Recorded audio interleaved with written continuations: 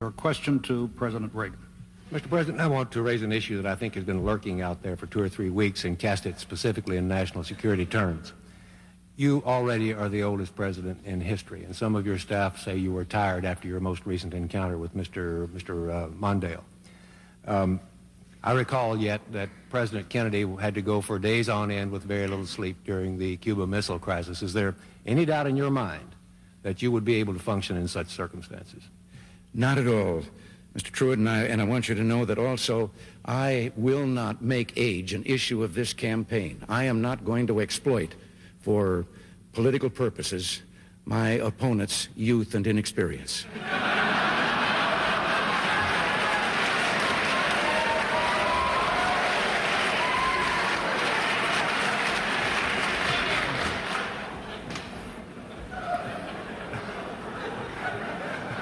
If I still have time, I might add, Mr. Truitt, I might add that it was Seneca or it was Cicero, I don't know which, that said, if it was not for the elders correcting the mistakes of the young, there would be no state. Mr. President, I'd like to head for the fence and try to catch that one before it goes over, but I'll go on to another question.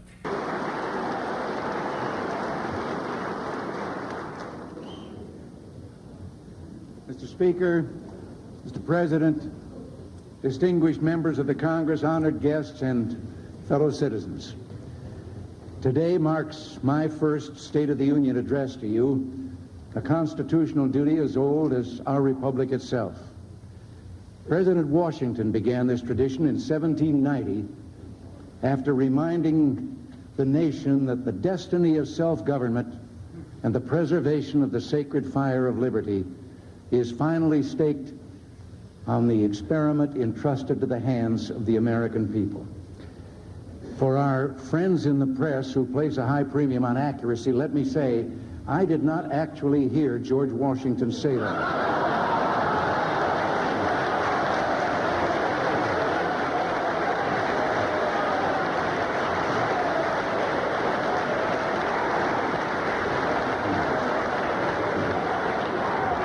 But it is a matter of historic record. On our way here in Air Force One, I was looking down over your countryside out here because most of the way from Oklahoma, I was looking down at clouds. And I could say that it reminded me of a story, but actually I wanted to tell the story whether anything reminded me or not. It was about a fella that was driving down a country road, and all of a sudden I looked out, and there beside him was a chicken. He was doing about 45, and the chicken was running alongside. So he stepped on the gas, he got it up to about 60, and the chicken caught up with him and was right beside him again, and then he thought, as he was looking at him, that the chicken had 3 legs. But before he could really make up his mind for sure, the chicken took off out in front of him at 60 miles an hour, turned down a lane into a barnyard. Well, he made a quick turn and went down into the barnyard too, and there was a farmer standing there. And he asked him, he said, did a chicken come past you? And he said, yeah. Well, he said, am I crazy, or did the chicken have 3 legs? And he says, yep, it's mine. He says, I breed 3-legged chickens. And the fellow said, for heaven's sakes, why? Well, he says, I like the drumstick, Ma likes the drumstick, and now the kid likes the drumstick, and we just got tired of fighting for him. And the driver said, well, how does it taste? He says, I don't know. I've never been able to catch one.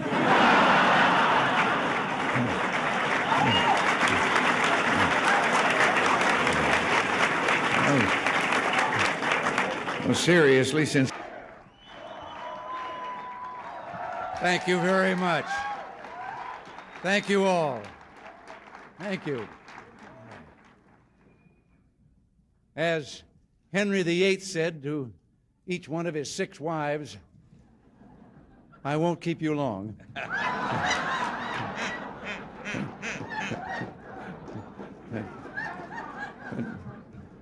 I spoke of the difference between our 2 countries. I try to follow the humor of the Russian people. We don't hear much about the Russian people. We hear about the Russian leaders. But you can learn a lot because they do have a sense of humor, and you can learn from the jokes they're telling. And one of the most recent jokes I found kind of, well, personally interesting. Maybe you might tell you something about their country. The joke they tell is that an American and a Russian were arguing about the differences between our two countries. And the American said, look, in my country, I can walk into the Oval Office, I can hit the desk with my fist and say, President Reagan, I don't like the way you're governing the United States. And the Russian said, I can do that. The American said, what? He says, I can walk into the Kremlin, into Brezhnev's office, I can pound Brezhnev's desk, and I can say, Mr. President, I don't like the way Ronald Reagan is governing the United States.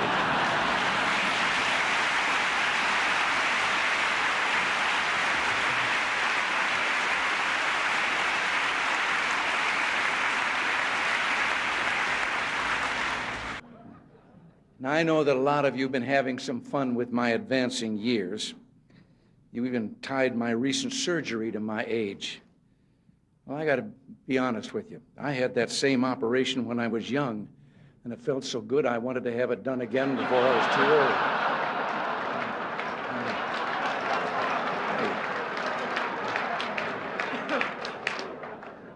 But I am aware of my age. When I go in for a physical now, they no longer ask me how old I am. They just carbon date me. Incidentally, I've got a news item for you. We have a spin-off from our Star Wars research. It's a helmet for me to wear at press conferences. All I do is push a button and it shoots down incoming questions. You have to admit, though, that my attitude is better than linebacker George Atkinson's when he was with the Oakland Raiders. Someone asked him what the player's reaction would be if the press box blew up. He said we'd have 30 seconds of respectful silence and then continue with enthusiasm. Now, honest, I don't feel that way. Maybe once in a while. Nancy, would you like to join me up here please?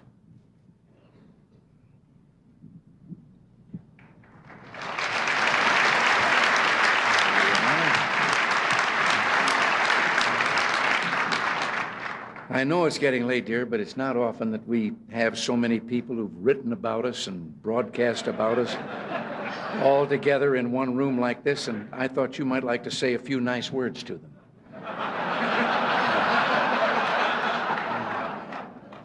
They're all from the press and radio and television. Maybe just a friendly little greeting would do.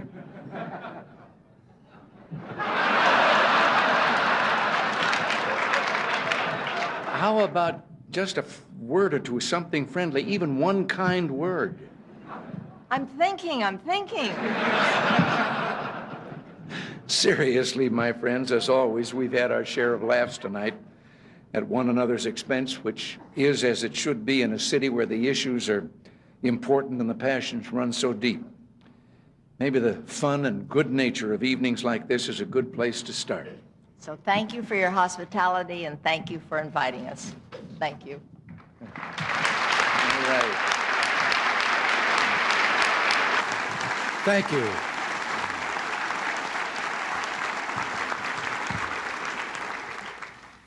Thank you all so very much. In all the 36 anniversaries of my 39th birthday, this has certainly been the most memorable. George and Barbara, all of you up here on the top shelf, together with me, and all of you, ladies and gentlemen, I am enormously touched. Yes, today is my birthday. 75 years ago, I was born in Tampico, Illinois, in a little flat above the bank building. We didn't have any other contact with the bank than that.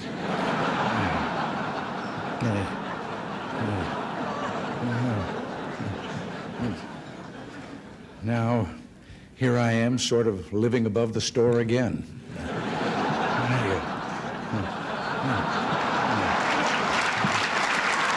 And you've already, it's kind of been touched upon here that, speaking of old times, you may have heard that tomorrow is my birthday. Now you know about that. I prefer to think of it as the 36th anniversary of my 39th, but I'll be just about due for a midlife crisis. In fact, I'm thinking about a career change. Drop this political business and See if I can't do something different like radio or the movies. Well, maybe I'll give politics another 3 years. This time of the year always tends to be a summing up time for me. It's been swearing in time, and the new year every year, and a birthday, the 36th anniversary of my 39th birthday. I always think age is relative. There was once a very famous baseball pitcher, Satchel Paige, and no one quite knew how old Satchel was, but he still was throwing that ball. And somebody asked him about that, and his wise answer was, "How old would you be if you didn't know how old you were?" And that's how I came up with 39. Well, the late Jack Benny had something to do with that. He was 39 for more than 40 years. I can't close without one story about doctors that he will understand very well. Have you ever noticed how easy it is if you're introduced to someone at a party or a dinner or something and he's introduced as doctor? And then there's always those people that suddenly start saying, "Doctor, I've been having..." Well, we had a fellow in show business, Moss Hart, the playwright, who was an inveterate along that line. And so one night at a cocktail party in Hollywood, he was introduced to a Dr. Jones. And almost immediately he started talking about, "I've been having this low back pain." And the fellow that introduced them said, "Moss, Dr. Jones is a doctor of economics." And that didn't stop Moss at all. He said, "Doctor, I was buying some stock the other day." No. Well, I don't want to go on too long. This is, after all, Las Vegas. And outside just a moment ago, I saw a fellow trading 10 passes to the Reagan talk for 1 ticket to Frankie Valley. I'm mindful, too, that bringing things to a good conclusion is always a tricky business. You were told that I was a sports announcer, WHO Des Moines. Well, back in those days, the great evangelist Amy Semple McPherson was making a tour of the country holding revival meetings, and one of them in Des Moines. Now, the station thought it would be a good idea, an enterprising public relations man, to interview Amy Semple McPherson. But why they picked a sports announcer to interview that noted evangelist, I'll never know. But there we stood in the studio, and I asked her several what I thought were appropriate questions, and then she answered graciously, but then went into a very fervent plea about the success of her meeting. And I sat down until suddenly I heard her saying good night to our radio audience, and I looked up at the clock, and there were only 4 minutes to go. Well, I didn't know enough about Amy Semple McPherson that I could fill 4 minutes. So I got up, and in those days of radio and disc jockeys and so forth, I started thanking the noted evangelist Amy Semple McPherson and so forth, but I did like this, which means get a record ready. And the fellow out in the control room through the window reached out. There was always records around there for such contingencies, and picked one up and put it on the table. And I said, "Ladies and gentlemen, we conclude this broadcast by the noted evangelist Amy Semple McPherson with a brief interlude of transcribed music." I expected nothing less than the Ave Maria. The Mills Brothers started singing Minnie the Moocher's Wedding Day.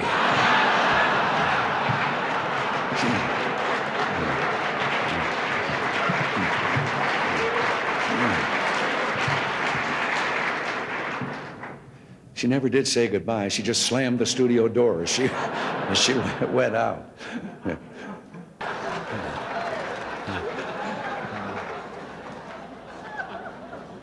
And by the way, on the matter of the INF treaty, I told the Senate not to worry about verification. I told them I'd take care of it.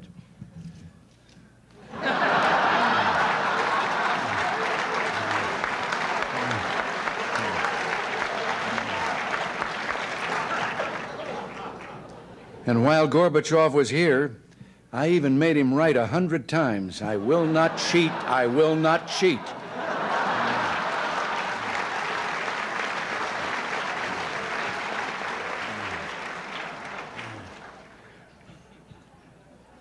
Oops.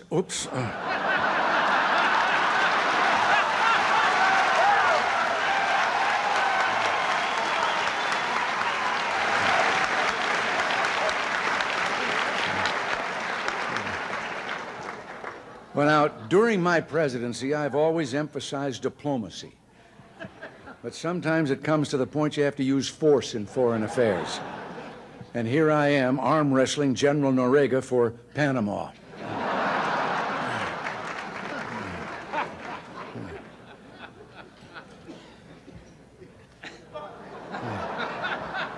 We really enjoyed our trip to China, and we're amazed that the population was over 1 billion people.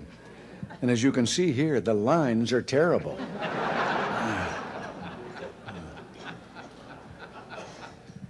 On another trip, the government of Indonesia gave us these gifts, and they're our friends.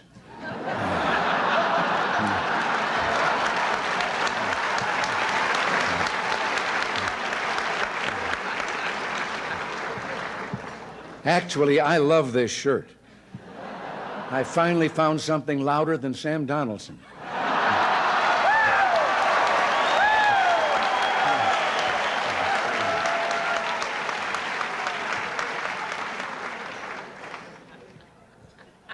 And speaking of the press, remember during the Contra Aid vote when the networks wouldn't let me on the air? I bet you wondered how I finally got my message out.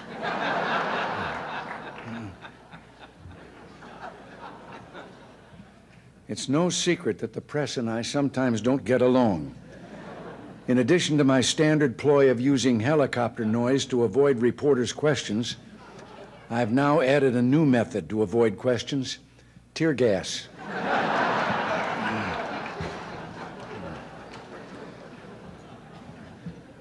I've loved almost every minute I've been in office, although there were a couple of trips to the hospital. In case you're wondering what happened here, I had just said, "So, Don, you say you're going to write a book."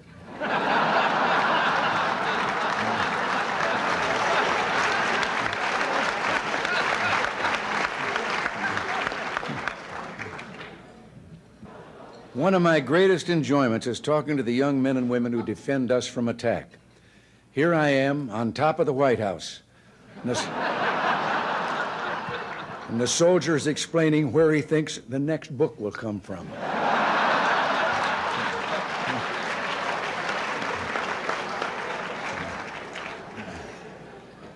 It's fortunate that not everything has been spilled in these books, however. I hope the environmentalists never find out about this one. We used to fly Air Force One over Wyoming low and shoot buffalo from the window.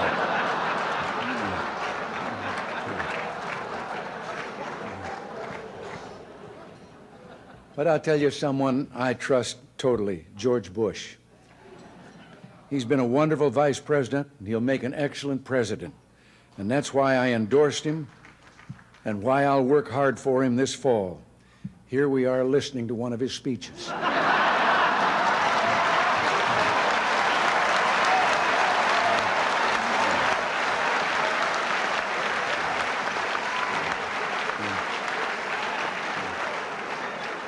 You here tonight do good, hard, creative work, and I respect that too. So, as we say our farewells here tonight, this salute's for you.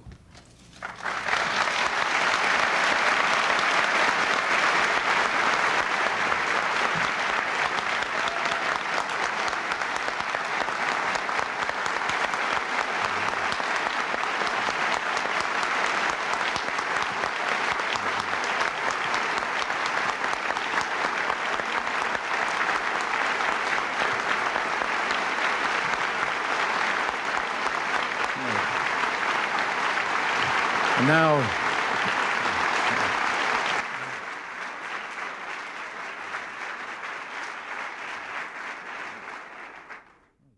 thank you very much, but I think George and I should be applauding you. I thought it'd be good to get together now that we've all rested from our summer vacations.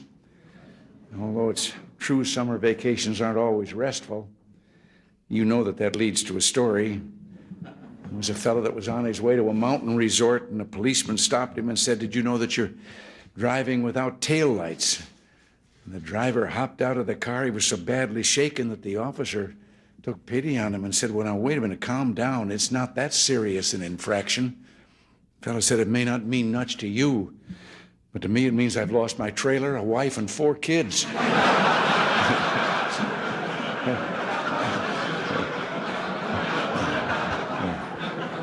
I was in Las Vegas some years ago to address the annual Farm Bureau meeting. And on my way to the hall, a fellow recognized me and asked what I was doing in Las Vegas. And I told him I was there, what I was there for. And he said, what are a bunch of farmers doing in a place like Las Vegas? And I couldn't resist. I said, Buster, they're in a business that makes a Las Vegas crap table look like a guaranteed annual income.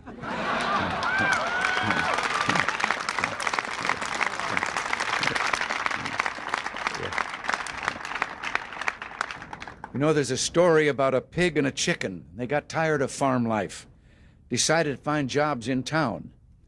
They no sooner arrived in town when the chicken spotted a sign in the window of a restaurant.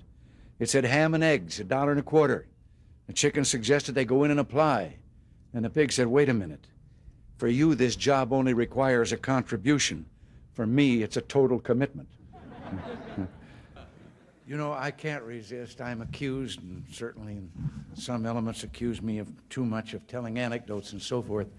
But I think it'd be appropriate before I say anything else that one of my favorite stories about government had to do with an employee who sat at a desk and papers came to his desk. He read them and determined where they were to go and initialed them and sent them on. And one day a classified document came there, but it came to him, so he read it, initialed it, and sent it on. 24 hours later, it came back to him with a note attached that said, you weren't supposed to see this. Erase your initials and initial the erasure.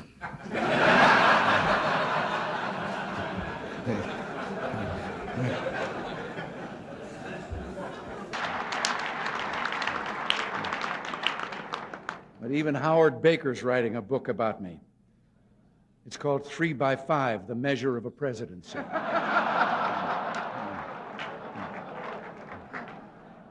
Mike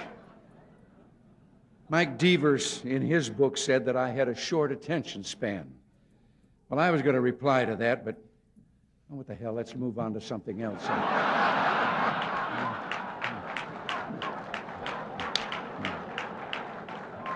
Now,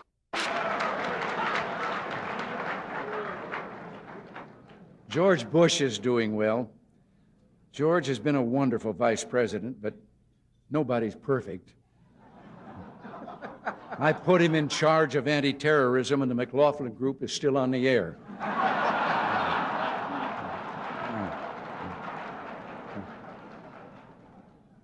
But with so much focus on the presidential election, I've been feeling a little lonely these days. I'm so desperate for attention, I almost considered holding a news conference.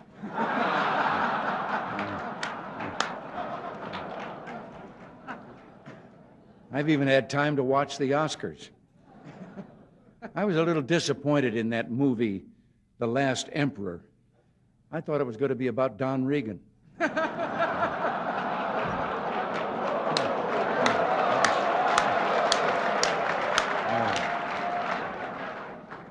Now, one example is a story they tell. You know, you have to wait 10 years there for delivery after you order an automobile. And so a fellow had finally gotten the money together and was going to buy an automobile. Only about 1 out of 7 families have them in that country. And he went through all the paperwork and everything and finally signed the last paper, laid down his money, and then the man behind the counter said, come back in 10 years and get your automobile. And the man said, morning or afternoon? And wait.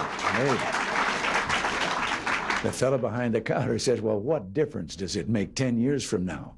And he said, well, a plumber's coming in the morning.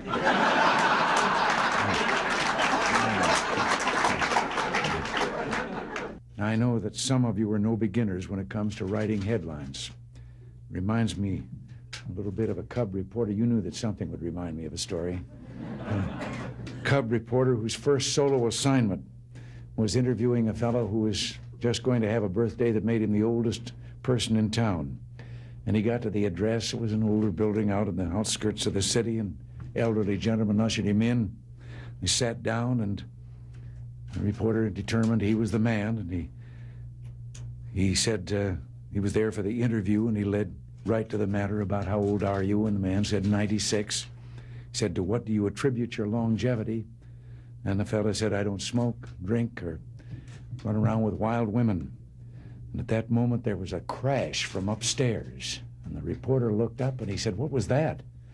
The old boy said, oh, that's Dad. He's drunk again.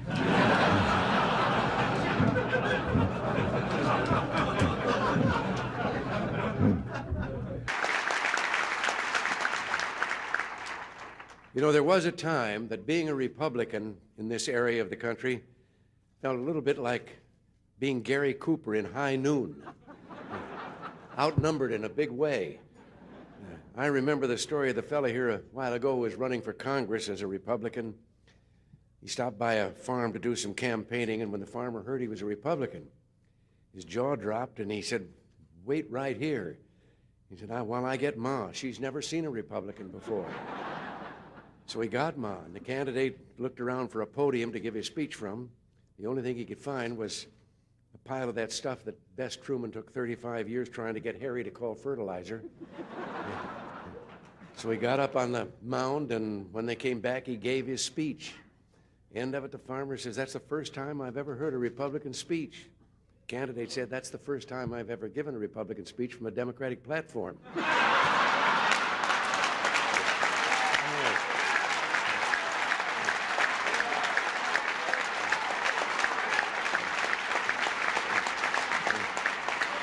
It can be best described in a story I like. Three fellows that went out of the building to get in their car and found they'd locked the keys in. They were locked out. And one of them said, get a wire coat hanger and we straighten it out and I can get the... And the other one says, you can't do that. Somebody think we're stealing the car. And the third one said, well, we better do something pretty quick because it's raining, starting to rain and the top's down.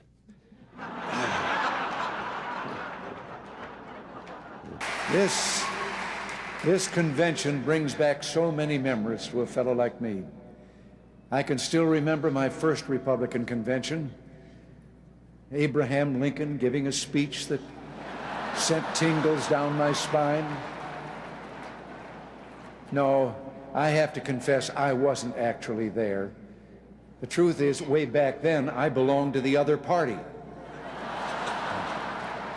It seems that 25 of San Francisco's top bootleggers, this is a little story to illustrate what I've just said about candor. They were arrested back there in those days of the Volstead Act, and as they were being arraigned, the judge asked the usual question, of course, about their occupation. And the first 24 were all engaged in the same professional activity. Each claimed he was a realtor. And then he got to the last one, the 25th, and says, and what are you? He asked the last prisoner, and the fellow says, Your Honor, I'm a bootlegger. And the judge was surprised, but he laughed, and he said, well, how's business? He said it'd be a lot better if there weren't so many realtors around. President Alfonsi and I have much in common. We both have gone through many campaigns and asked for votes from many different kinds of people. Down in Texas during the 1976 primary, they had me out knocking on doors. And I remember one kind of rural area.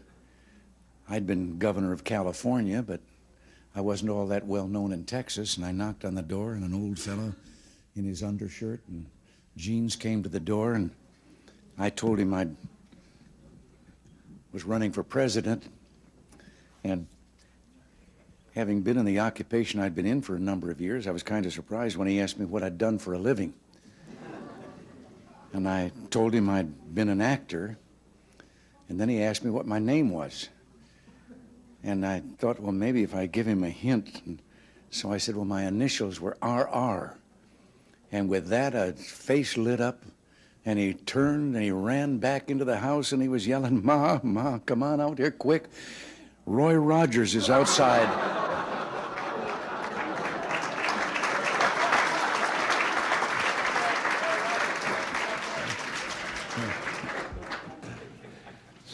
course, asking for help suggests a certain degree of trust, which reminds me of a story. It has to do with a fellow that fell off a cliff, and he grabbed a limb on the way down, and there he hung, dangling above the rocky canyon, and he looked up and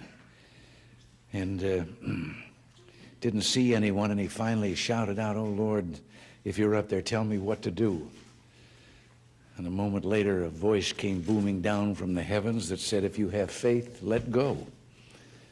Well, he took another look down at those rocks 200 feet below, then looked up again and says, "Is there anyone else up there?"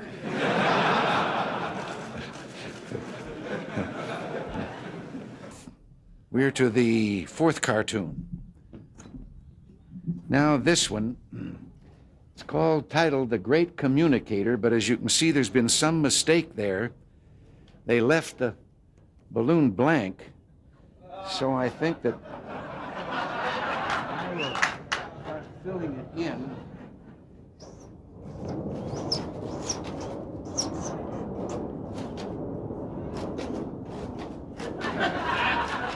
I forgot what I was going to say.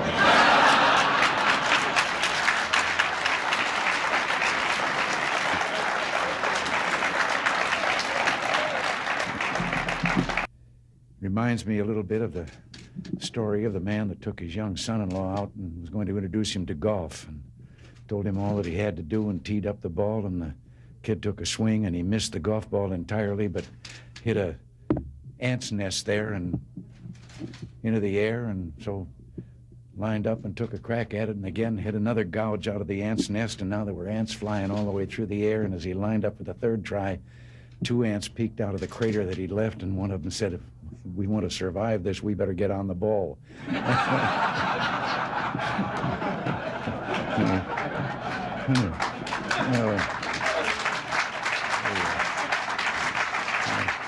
Being a former Democrat myself, I know how difficult it is. We're proud to have you all with us.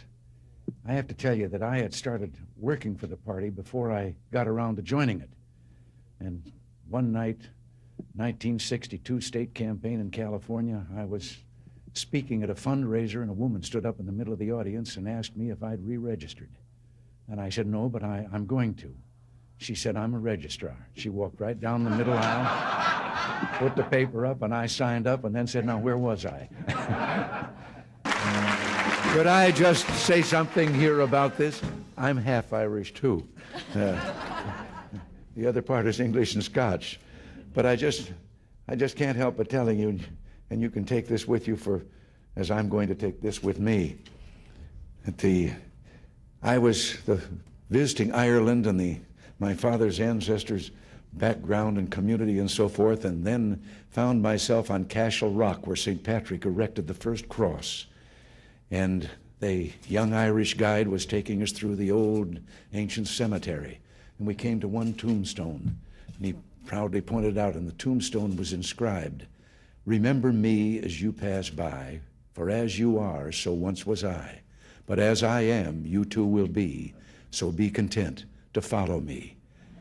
And this had proven too much for some Irish who had scratched on the stone underneath, "To follow you, I am content. I wish I knew which way you went."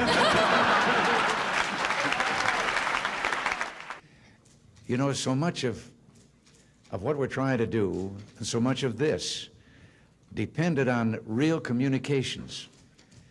And I can't resist. I've told this story before, and if some of you have heard it before, it illustrates communications. You'll have to forgive me, but life not only begins, or lumbago, I should say, not only begins at 40, but so does the tendency to tell the same story over and over again. But I've always thought of the importance of communication and how much a part it plays in what you and I, what all of us are trying to do. And one day, a former place kicker with the Los Angeles Rams, who later became a sports announcer, Danny Villanueva, told me about communications. He said he'd been having dinner over at the home of a young ball player with the Dodgers. The young wife was bustling about getting the dinner ready. They were talking sports, and the baby started to cry. And over her shoulder, his busy wife said to the ball player, "Change the baby." And he was a young fella, and he was embarrassed in front of Danny, and he said, "What do you mean, change the baby? I'm a ball player. That's not my line of work." And she turned around, put her hands on her hips, and she communicated. She said, "Look, Buster, you lay the diaper out like a diamond. You put second base on home plate. You put the baby's bottom on the pitcher's mound. You hook up first and third, slide home underneath, and if it starts to rain, the game ain't called. You start all over."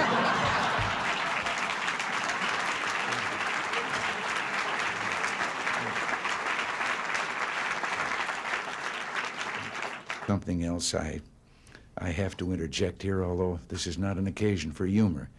But I've had a kind of a hobby lately of collecting, by way of dissidents, stories that are told behind some of those iron curtains and those iron walls by the people themselves, showing their own cynicism about the system under which they're forced to live.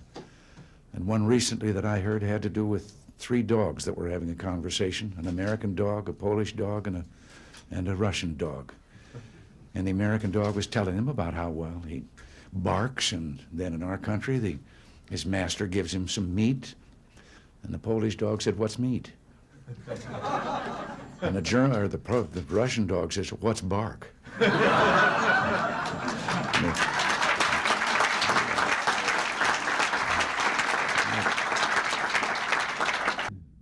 reminds me of a story. In case you were wondering, this is my way of sliding into a story.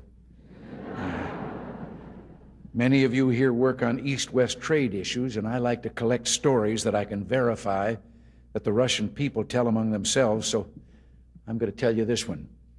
It's about General Secretary Gorbachev. Seems that as part of the campaign to straighten things out there in his country, he had issued an order that everyone caught speeding or seen speeding should get a ticket, no matter how important they might be. Well, one morning he was out at his country home and realized that he was running late for a meeting that he had in the Kremlin, and he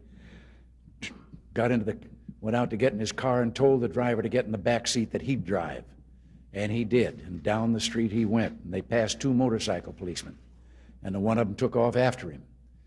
And a little while later he came back and joined his companion, the other motorcycle officer, and the fellow said, "Did you give him a ticket?" And he said, "No." Well, he said, "Why not?" Well, he said, no, this was someone too important. Well, he said, "We were told to give it no matter who it was, that they would get a ticket." No, he says, not that. Well, he said, "Who was it?" Well, he said, I don't know, I couldn't recognize him there. But his driver is Gorbachev.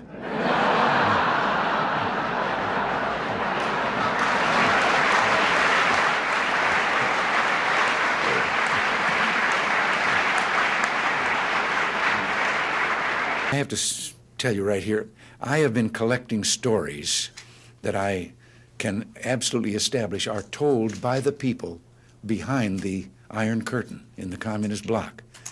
And they're stories that reveal their kind of cynicism about the system under which they live. And one of the more recent ones that I heard was about the man walking along the street at night, Moscow. Soviet soldier called to him to halt. He started to run. The soldier shot him. And another man said, "Why did you do that?" Well, he said, "Curfew." Well, he said, "It isn't curfew yet." He said, "I know. He's a friend of mine. I know where he lives. He couldn't have made it."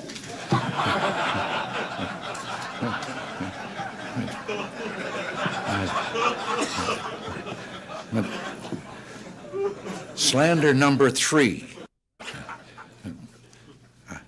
That does, I shouldn't, I know, but that does trigger another one of those stories I've picked up from over there. They came to General Secretary Gorbachev, and they told him there was a woman in the Kremlin. She wouldn't leave unless she could see him. So he said, "Well, bring her in." And they brought her in. And he said, "Old mother, what is it? What?" She said, "I have a question." He said, "All right." She said, "Was communism invented by a politician or a scientist?" Well, he said, a politician. She said, "That explains it. A scientist would have tried it on mice first."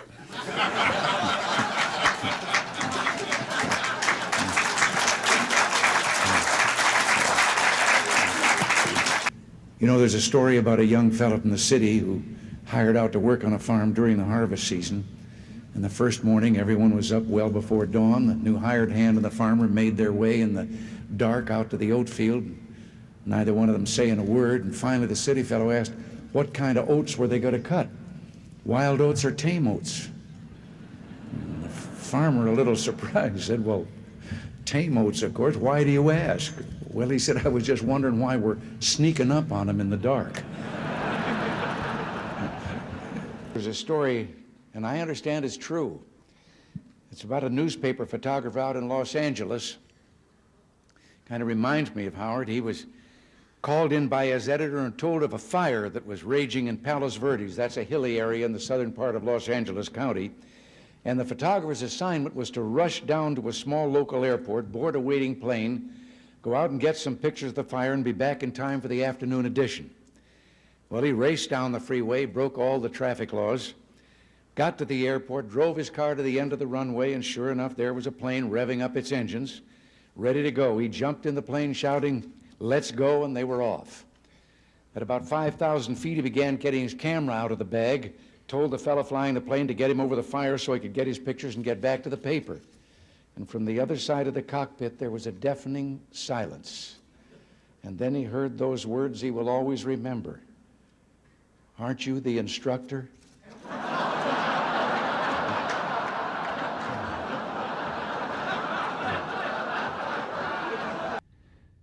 You know, when I think of the welfare system, it reminds me of a story, and I know some here have heard me tell this before, and maybe everybody knows it, but pretend that you haven't heard it because I like to tell the story. It's a story about the parent with the two children and two sons, and one of them was a dyed-in-the-wool pessimist, and the other one was an incurable optimist. And they thought they were both so unrealistic that they talked to a psychiatrist about it, and he said he thought he could solve the problem.